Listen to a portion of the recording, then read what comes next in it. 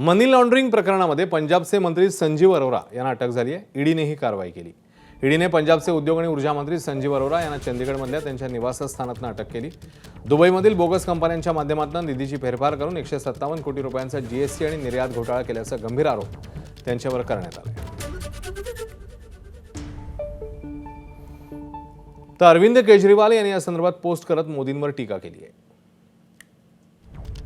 X पोस्टमध्ये केजरीवाल म्हणतात, मोदीजी आणि भाजपने पंजाबशी ज्या अरेरावीच्या पद्धतीने व्यवहार चालवलाय ते पाहता जनता त्यांचा तीव्र शब्दामध्ये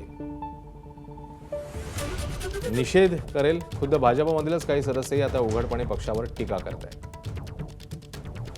मोदीजी खुशाल आणखी 4 ईडीच्या धाडी टाकण्याचे आदेश द्या.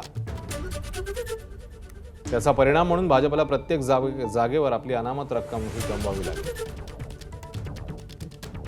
ज्यांना तुम्ही अटक कराल ते अवघ्या काही दिवसातच बाहेर येतील.